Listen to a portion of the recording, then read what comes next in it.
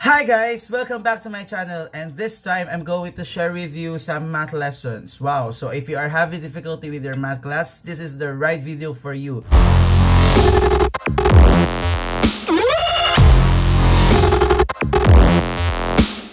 And today, I'm going to teach you a lesson in pre-calculus class. So if you are a STEM student, this is best for you. Our first lesson in pre-calculus is actually circles. So I'm having here an example about circles. So let's start. So we have a circle has a center at 1, -2, and a radius of 2, square root of 2 units. So write the equation in standard form. So in here, we need to first know what is the standard form of the equation of the circle. And that is actually given by x minus h squared plus y minus k squared equals r squared. Wherein our center is hk and our radius is r of our equation. So that means we need to have the center and the radius for us to have the equation of the circle. So now, going back to our problem. So our given has a center of 1, -2, and the radius of 2, square root of 2. So we will just simply substitute the values to our equation. So that will become x minus, our h is 1, squared plus y, then minus, but since our k is -2, so we have to simplify minus negative, that will become positive. So that will be y plus 2 squared. Or simply, if you have negative in your given, you will just write the opposite of it. So that will become y plus 2 squared. Now, for our radius, we have 2 square root of 2. So we need to enclose that with the parentheses 2 square root of 2 squared. So now we already have here our equation, but we need to simplify this. So since our radius is not yet simplified, so we need to simplify this using the radicals.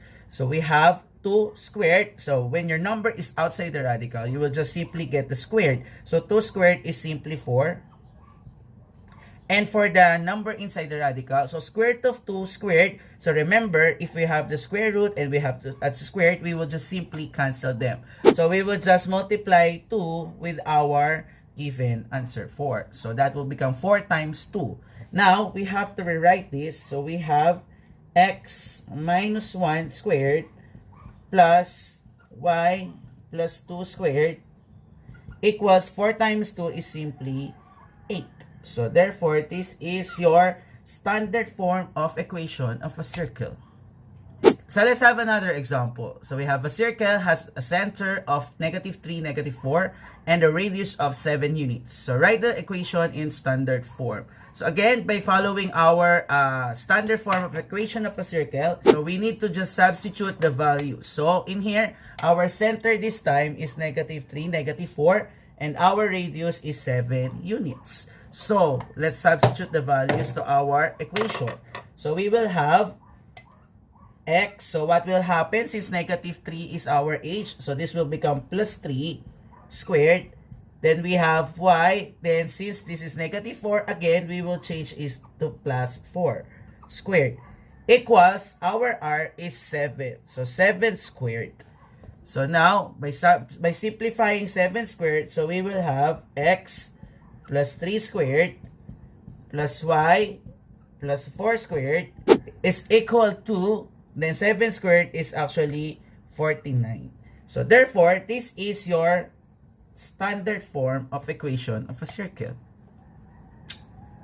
So guys, let's have a different example this time. So we have a circle has a center at 2, -4 and a point on -1, -1. So write the equation in standard form. So this time, we will have a point on the circle and the center of our circle. So since in our standard form of equation, we need to have the center and the radius. So we need to find first what is the value of the radius.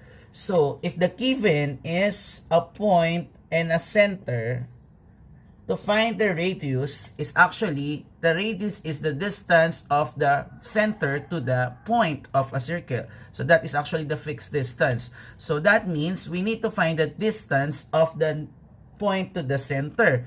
and we will use the distance formula. So our distance formula is given by t is equal to x sub 2 minus x sub 1 squared plus y sub 2 minus y sub 1 squared. So this is actually our distance formula, wherein our first point is the center and our second point is the point on the circle. So we will just substitute them respectively. So for us to do that, again, remember, the sign is very important in substituting and in simplifying. Or we can have this as, we have this x sub 2, 2 minus negative 1, that will become plus 1, right? So like what we do a while ago, so we will just change the sign of this to its opposite. So 2 plus 1 squared plus, then again copy, negative 4. Then we have to write this in the opposite, so plus 1 squared. So that will give you square root. So now simplify this. 2 plus 1 is equal to 3 squared plus negative 4 plus 1 is actually negative 3 squared.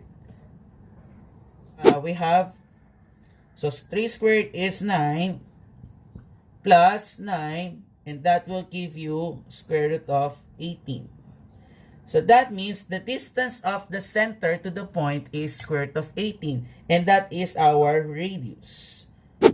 So since we already have the radius, which is square root of 18, and our center is 2, negative 4, so we will just substitute it to our standard form of equation of the circle. So in this case, we have to substitute our values. So we have x minus 2 squared plus y, again this is negative, it will become plus here, plus 4 squared equals square root of 18 squared. So as what we did with the first example, so if we have the number written inside the radical, so we will just simply cancel this. So we will have an answer of x minus 2 squared plus y plus 4 squared equals, this will become 80. So this is now your final answer for this problem. So that's it, guys. I hope you learned from these examples. If you cannot understand it at first, you can repeat and you can actually replay these videos. That's it for today, guys. So thank you for watching, and I hope you understand something from these examples, and hope to see you on my next videos. If you have topics or you want me to discuss some lessons in your math, just simply comment down below. And of course, don't forget to like and subscribe to my channel so to see more of my videos. So don't forget to hit the bell button so you will be notified every time I will post new video for this channel. So thank you, guys. See you on my next video. Bye. God bless.